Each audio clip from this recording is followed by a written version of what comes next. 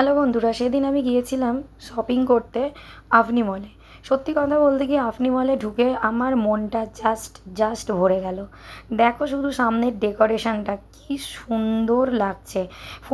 ফোনে কতটা ভালো লাগছে বুঝতে পারছি না, সামনে থেকে দেখলে সিরিয়াসলি মন ভরে যাবে।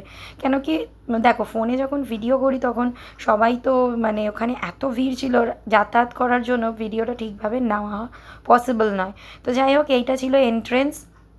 এরপর আস্তে আস্তে ভিতর দিকে আমরা ঢুকতে থাকলাম। মানে ভিতর দিকে ঢুকে দেখো শুধু কাজটা, দেখো ভিতরের কাজটা এত সুন্দর লাগছে। পুরো পুরো কাপড় দিয়ে তৈরি করা কাজটা, মানে না চোখে দেখলে সত্যি বিশ্বাস করা যাবে না। পুরো ঢোকার পরে পুরো পুরো মানে রাস্তাটাই একদম পুরো এরকম করে সাজানো ছিল। আর তার থেকেও সুন্দর দেখতে লাগছিল যখন আমরা একদম উপরে গিয়েছিলাম।